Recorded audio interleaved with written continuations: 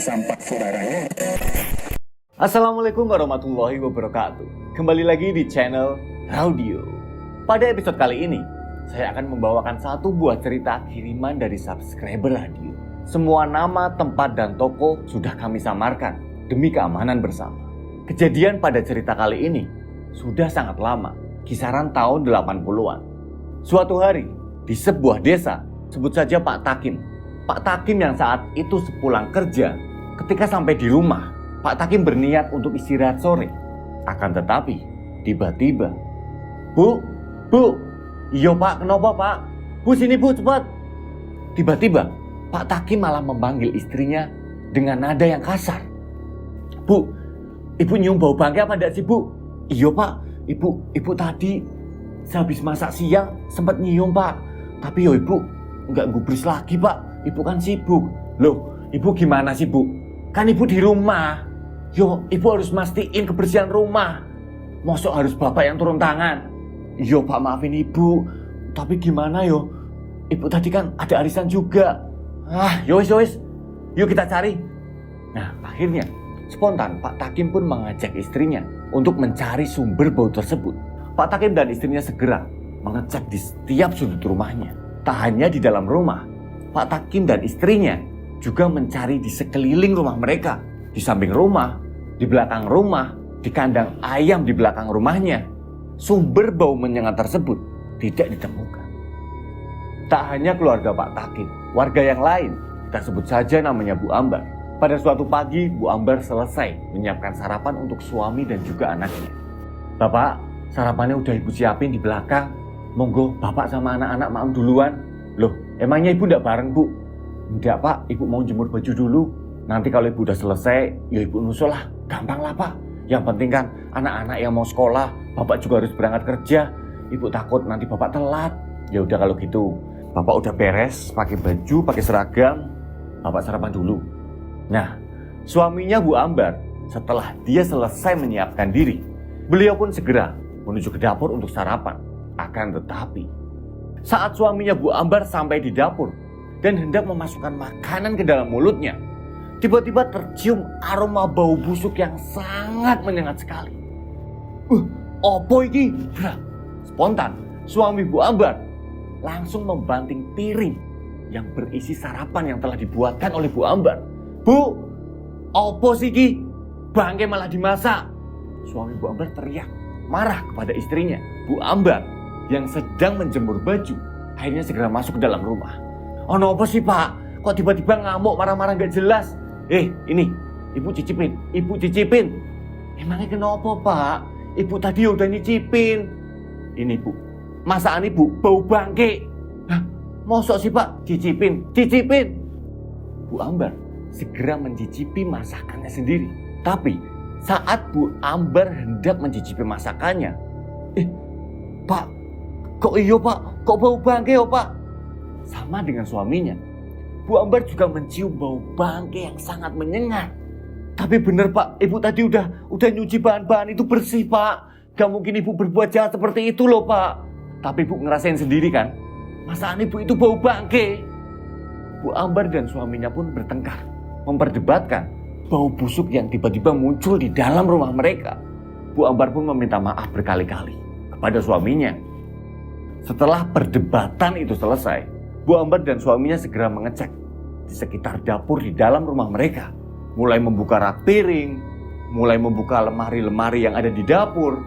Akan tetapi, sama saja, sumber bau tersebut sama sekali tidak mereka temukan. Tak hanya para orang dewasa yang mencium aroma bau busuk yang merebak di kampung mereka. Di ujung desa, ada sebuah tanah lapang yang biasa digunakan anak-anak untuk bermain bola setiap sore. Saat itu, selepas sholat asar, seperti biasanya, banyak anak kecil yang berkumpul dan juga bermain di tanah lapang tersebut. Awalnya, semua baik-baik saja. Semua normal-normal saja seperti biasanya. Akan tetapi, tiba-tiba beberapa anak itu rusuh. Karena beberapa anak yang sedang bermain bola tiba-tiba mencium bau busuk yang sangat menyengat sekali. Bentar. Ih, Bud, kamu bau banget sih Bud, kata si Eko, salah satu anak yang sedang bermain bola. Kok, nggak usah nuduh sembarangan. Aku udah mandi kok. Tadi sebelum ngaji kan aku mandi dulu. Nggak usah ngarang deh.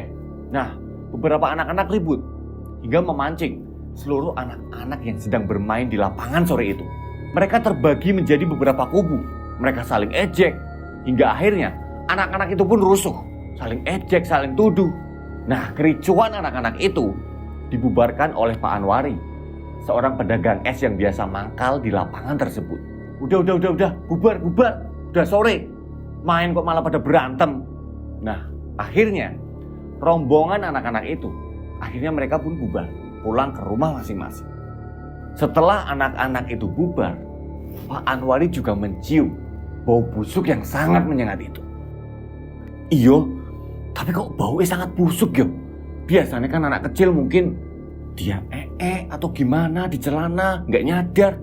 Tapi anak-anak udah bubar, tapi bau busuk itu masih tercium. Apa yo? Sebelum Pak Anwari pergi meninggalkan lapangan itu, Pak Anwari sempat mengecek di sekitar lapangan tersebut. Akan tetapi, sama saja, Pak Anwari tidak menemukan sumber bau busuk tersebut. Tak hanya anak-anak dan juga Pak Anwari yang mencium bau busuk tersebut di sekitar area lapangan. Karena tidak menemukan sumber dari bau yang sangat menyengat itu, Pak Anwari pun segera keluar dari lapangan itu. Nah, sesampainya di jalan, belum terlalu jauh dari lapangan, Pak Anwari melihat seorang pedagang bakso. Iki, jelas iki. Wis jelas iki. Nah, Pak Anwari pun segera menghampiri si pedagang bakso tersebut. Pak Kupur? Iya Pak Anwari. Gimana Pak Anwari? Pak Kupur, sampean mambu bangke ora sih? Maksudmu piye Pak? Sampean nuduh kalau baksoku itu bau bangke.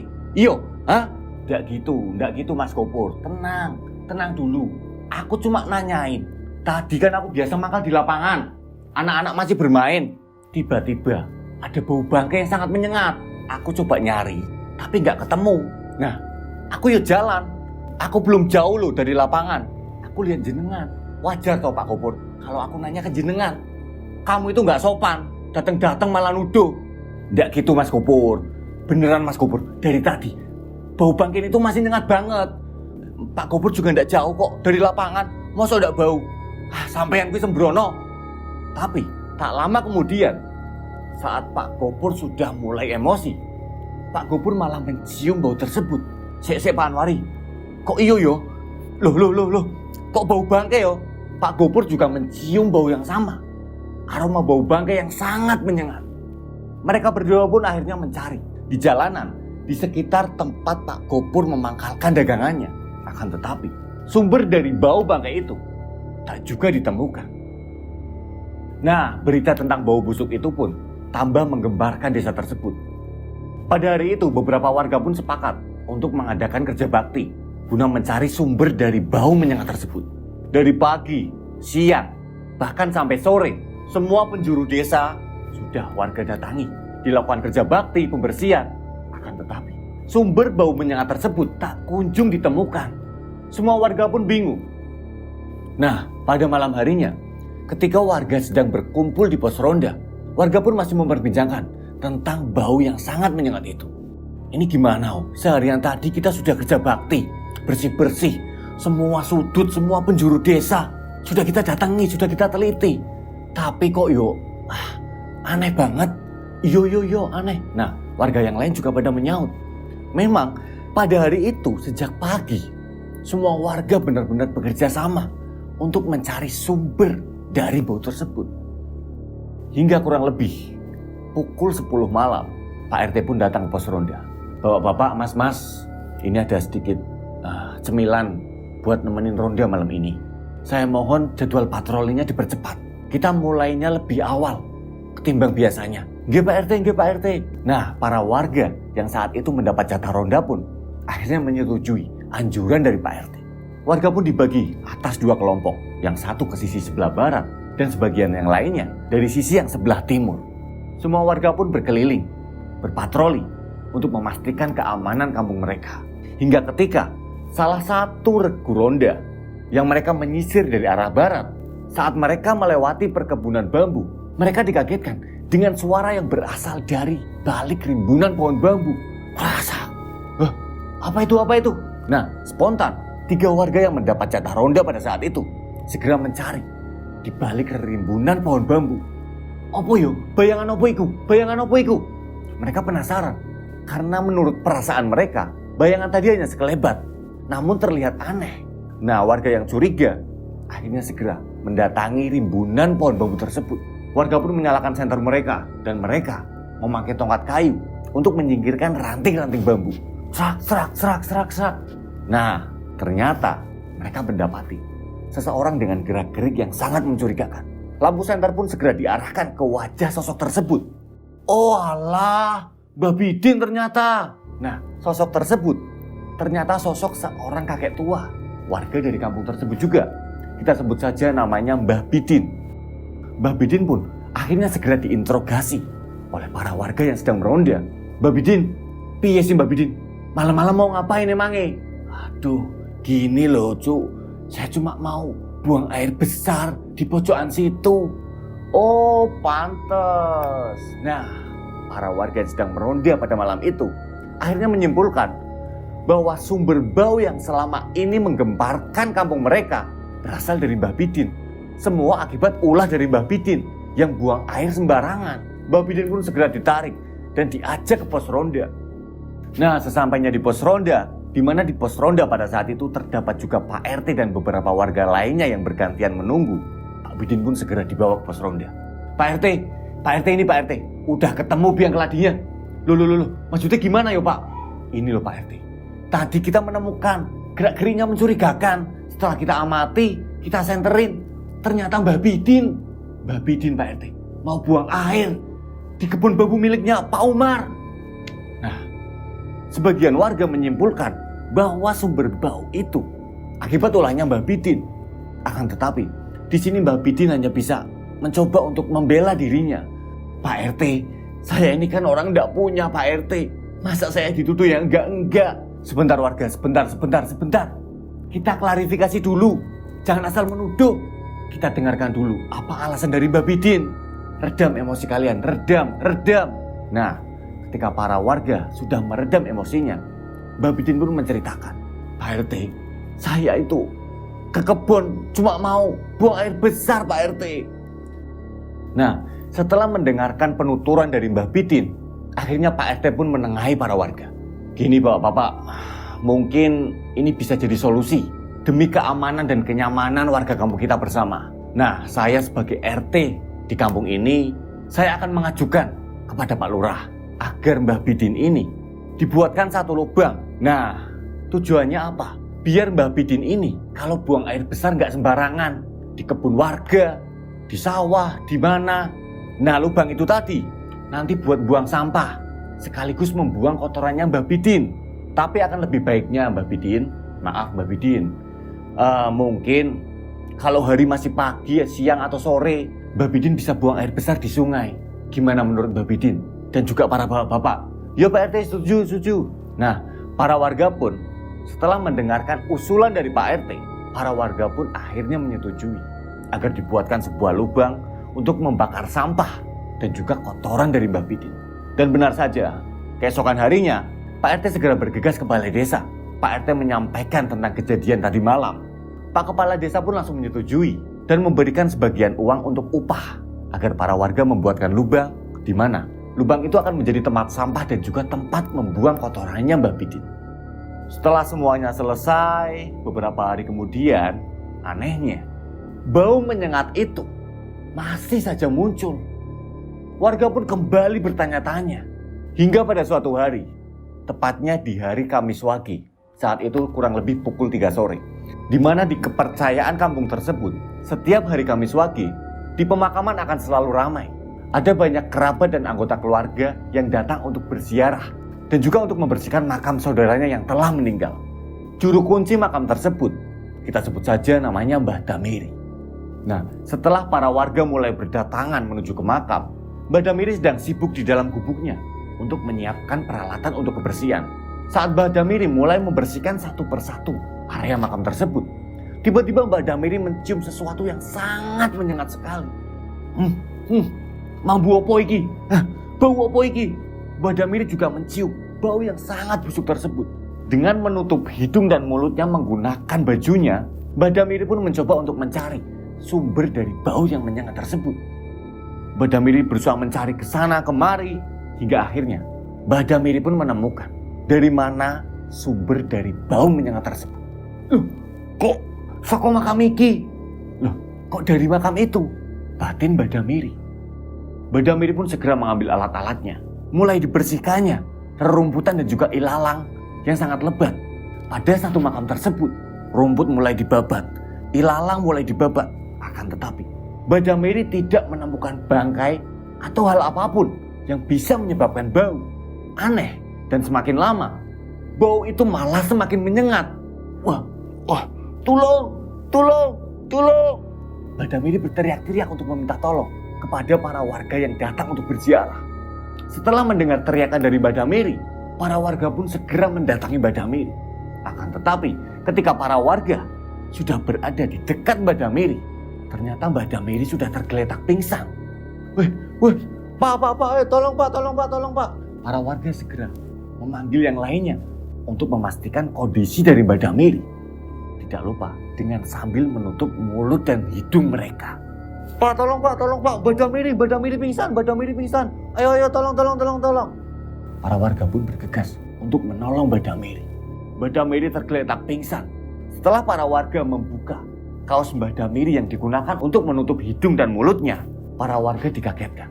Di situ banyak terdapat muntahan yang keluar dari mulutnya Mbah Damiri. Mbah Damiri pun akhirnya segera dibawa keluar dari area pemakaman tersebut. Pak RT dan juga beberapa perangkat desa pun akhirnya dipanggil. Nah, setelah Mbah Damiri bisa diatasi, mulut dan mukanya dibersihkan, dibuatkan teh panas. Setelah itu akhirnya Mbah Damiri pun tersadar. Setelah Mbah Damiri tersadar, Pak RT pun segera menanyakan kronologi atas apa yang telah menimpa Mbah Damiri. Gimana Mbah Damiri? Udah enakan? Jenengan sudah bisa kalau kita ajak ngobrol Mbah Damiri? Nggih Pak RT, nggih. Spontan, Pak RT pun langsung menanyakan. Awalnya gimana Mbah Damiri? Kok para warga yang sedang bersih-bersih dan ziarah mendengar teriakan dari Mbah Damiri? Nah, setelah para warga datang untuk menghampiri Mbah Damiri, sampean sudah tergeletak, sampean sudah pingsan. Jadi gini Pak RT, awalnya saya dari gubuk ngambil alat-alat, ngambil cengkrong, ngambil sapu, ngambil cangkul. Setelah itu seperti biasa nih, setiap Kemis Wage kan rame Pak RT. Saya mulai bersih-bersih. Saya memprioritaskan makam dari orang-orang yang memang kerabatnya nggak bisa datang ke makam. Makam-makam yang nggak diurus sama keluarganya Pak RT. Iya Mbah Damiri. Terus gimana lagi Mbah Damiri? Nah, saat saya sudah mulai bersih-bersih, tiba-tiba ada bau busuk Pak RT. Spontan, kaos saya lepas. Tak pakai buat nutup hidung dan mulut saya Pak RT. Nah, saya coba nyari kesana kesini, dan setelah saya memastikan bau busuk itu asalnya dari makamnya Pak Harjo Pak RT. Hah? Pak Harjo? Pak RT dan beberapa warga seketika menjadi kaget ketika mendengar keterangan dari Mbah Damiri. Loh, Pak Harjo, kok bisa bau busuk itu berasal dari makamnya Pak Harjo? Iya Pak RT, saya juga nggak tahu. Awalnya saya pikir ada bangkai tikus, apa bangkai kucing, atau mungkin ada orang iseng yang buang kotoran di situ. Langsung Pak RT, langsung tak bersihin rumputnya. Tapi setelah tak bersihin, saya nggak nemu apa-apa Pak RT. Dan aneh, bau itu kok malah tambah menyengat Pak RT. Saya nggak kuat Pak RT. Saya ngerasa mual, pusing. Saya teriak-teriak minta tolong. Setelah itu, saya udah nggak inget lagi Pak RT. Cuma itu yang saya alami Pak RT. Pak RT semakin kebingungan. Bagaimana mungkin ada satu makam, orangnya meninggal sudah lama, akan tetapi bau yang sangat busuk, seperti layaknya bau bangkai, masih tercium dengan sangat menyengat. Warga pun menyimpulkan, pasti ada sesuatu yang tidak beres dengan makam tersebut. Makamnya Pak Harjo. Ada hubungan apakah antara bau itu dengan makam Pak Harjo? Nah, setelah mendapatkan keterangan dari Mbah Damiri, seorang juru kunci makam tadi, akhirnya Pak RT dan warga pun sepakat. Saat itu juga, perwakilan dari warga diutus Pak RT untuk mendatangi rumah keluarganya Pak Harjo. Sesampainya perwakilan warga ke rumahnya Pak Harjo, mereka kecewa karena respon dari Bu Sri, istrinya almarhum Pak Harjo. Respon dari Bu Sri malah terkesan menutupi. Gimana Lekman? Sudah ada keterangan apa dari Bu Sri? Tanya Pak RT kepada perwakilan warga. Susah Pak RT. Dari dulu emang gitu. Keluarganya si Harjo kan emang tertutup Pak RT. Dan Yusri, istrinya Harjo, sama aja Pak RT. Malah terkesan menutupi Pak RT. Kita sudah menyampaikan hal tadi Pak RT. Bahwa tadi Mbak Damiri mengalami hal yang aneh. Dan keanehan itu disebabkan dari makamnya Pak Harjo. Tapi tetap saja Bu Sri, istrinya Pak Harjo, gak mau ngomong Pak RT. Yo, saya dan Lek Giman yo bingung Pak RT. Yo akhirnya kami pulang sini lagi. Kami kecewa Pak RT. Mungkin Pak RT atau Pak Lurah atau perangkat desa yang harus nembusin ke istrinya Pak Harjo Pak RT. Iya. Nah, sahut dari beberapa warga yang lainnya. Karena memang dari dulunya almarhum Pak Harjo dan juga keluarganya terkesan tertutup. Mereka sangat jarang sekali bersosial dengan warga, interaksi dengan para tetangga. Dan ternyata memang karakter Pak Harjo yang pendiam, istrinya juga pendiam. Bahkan anak-anak dari Pak Harjo dan istrinya juga seperti seakan-akan dibatasi untuk bergaul dengan para warga. Ada apakah dengan keluarga Pak Harjo? Kita lanjut cerita. Keesokan harinya masih sama. Pak RT mengutus beberapa warga untuk mendatangi rumah dari keluarga Pak Harjo. Akan tetapi hasilnya masih sama. Tidak terlihat adanya respon baik dari istrinya Pak Harjo. 1 hari, 2 hari, 3 hari, 4 hari. Bahkan Pak RT sendiri mendatangi rumah Bu Sri, istri dari almarhum Pak Harjo. Hasilnya masih sama. Malahan ketika kedatangan Pak RT, Bu Sri malah tidak mau menemui Pak RT. Hingga akhirnya Pak RT dan beberapa perangkat desa, termasuk juga Pak Lurah, akhirnya semuanya sepakat untuk diadakan doa bersama di makam Pak Harjo. Nah, tibalah hari yang telah ditentukan. Pak Lurah, Pak RT, perangkat desa, dan warga-warga semuanya berkumpul beserta para kiai. Mereka membersihkan makam Pak Harjo, dan setelah itu doa bersama pun digelar di samping makam Pak Harjo. Singkat cerita, selesai sudah acara doa bersama, dan hasilnya bau busuk yang menggemparkan warga di kampung itu akhirnya hilang. Bau itu tak lagi tercium oleh para warga. Akan tetapi tak berlangsung lama. Beberapa hari kemudian, setelah acara doa bersama di makam Pak Harjo, bau menyengat itu kembali muncul. Dan kali ini sumbernya malah berasal dari rumahnya Pak Harjo. Warga pun kembali terganggu dengan aroma yang sangat menyengat itu. Dan Bu Sri, istrinya Pak Harjo, yang awalnya terkesan tertutup dan bahkan menutupi, akhirnya Bu Sri pun malah mendatangi Pak RT. Assalamualaikum Pak RT. Waalaikumsalam. Bu Sri, ya gimana ya Bu? Ada yang bisa saya bantu Bu? Iya Pak RT, saya mau minta tolong Pak RT. Emangnya kenapa ya Bu? Gini Pak RT, saya minta maaf karena kemarin saya juga bingung. Saya harus memulai cerita dari mana Pak RT? Sabar Bu Sri, sabar. Gimana? Apa yang bisa saya bantu buat jenengan Bu Sri? Iya Pak RT, terkait masalah kemarin, kejadian janggal, aroma busuk yang mengganggu warga kampung kita. Kemarin saya benar-benar minta maaf Pak RT. Iya Bu, kami juga memaklumi. Dan memang saya pribadi sebagai RT di sini, saya juga sudah menyimpulkan bahwa almarhum Pak Harjo dan juga Bu Sri dan keluarga kalian itu adalah tipikal orang yang tertutup. Tapi di sini saya perlu ingatkan Bu Sri, kita kan hidup bermasyarakat. Janganlah seperti itu. Kita harus ada interaksi dengan tetangga, dengan para warga. Toh kalau ada apa-apa, yang bisa bantu kita itu siapa? Kalau bukan warga, kalau bukan tetangga sampean. Iya Pak RT, saya minta maaf. Yaudah, lagian semuanya sudah aman. Makam suamimu ya sudah, warga sudah membersihkan, sudah diadakan doa bersama. Yo, walaupun kami para warga juga kecewa karena gak ada satupun kerabat dari Pak Harjo yang datang ikut doa bersama. Tapi ya sudahlah, itu sudah berlalu. Nah sekarang gimana? Apa yang bisa saya bantu buat jenengan Bu Sri? Pak RT pun menanyakan kepada Bu Sri perihal kedatangan Bu Sri untuk meminta tolong kepada Pak RT. Jadi gini Pak RT, saya tahu, saya dan anak-anak saya juga sudah tahu kalau kemarin pasti ada kaitannya dengan almarhum suami saya. Saya juga tahu kalau hari lusa kemarin ada doa bersama di makam suami saya. Saya minta maaf, bau itu sudah hilang, warga sudah tidak geger lagi. Akan tetapi kali ini saya dan anak-anak saya justru malah mencium bau itu Pak RT. Tapi sebelumnya ketika para warga geger, jenengan Pak RT juga tiap hari ke rumah saya. Kami sekeluarga benar-benar tidak mencium bau yang aneh Pak RT. Saya berani bersumpah Pak RT, saya dan anak-anak tidak mencium sama sekali Pak RT. Lah itulah Bu, itu yang bikin aneh.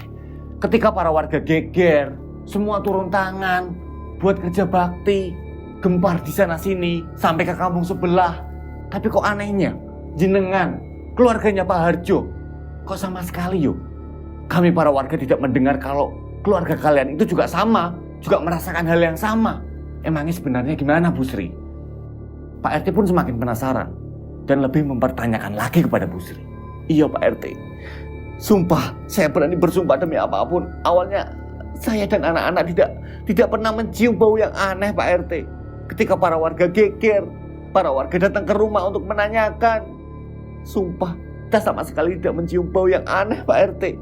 Tapi dari kemarin setelah acara doa bersama di makam suami saya, bau itu muncul, bau busuk, bau bangkai yang sangat menyengat itu muncul Pak RT.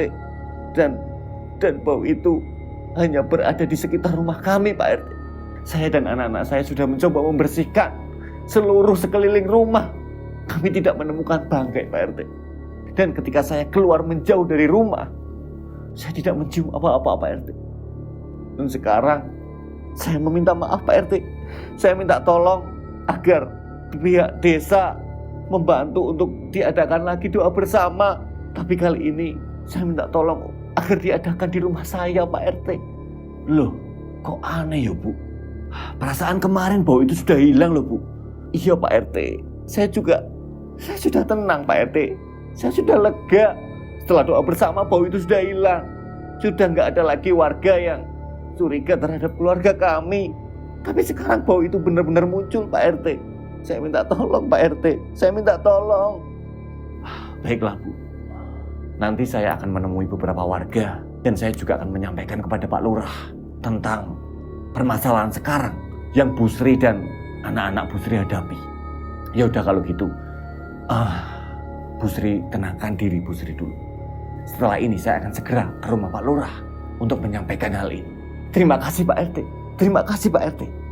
Nah setelah itu Bu Sri pun pamit pulang. Tak lama setelah Bu Sri pulang, Pak RT pun segera bergegas menuju ke balai desa. Pak RT menyampaikan tentang apa yang telah dialami oleh Bu Sri dan juga keluarganya. Saat itu, Pak RT dan beberapa perangkat desa yang sedang berada di kantor kelurahan, mereka semua tercengang. Loh, kok bisa ya Pak RT? Padahal kemarin sudah hilang, tapi kok malah muncul lagi yo? Iya Pak Lurah, tapi Pak Lurah, saya sempat dengar Pak Lurah. Sebelum tadi Bu Sri itu menyampaikan bahwa justru malah Bu Sri dan keluarganya yang mencium bau menyengat itu. Kemarin sempat ada warga yang ketika warga melintas melewati rumah Pak Harjo, tercium bau busuk itu juga Pak Lurah. Ini aneh. Ya wes, mau gak mau, walau bagaimanapun Bu Sri kan tetap warga kita.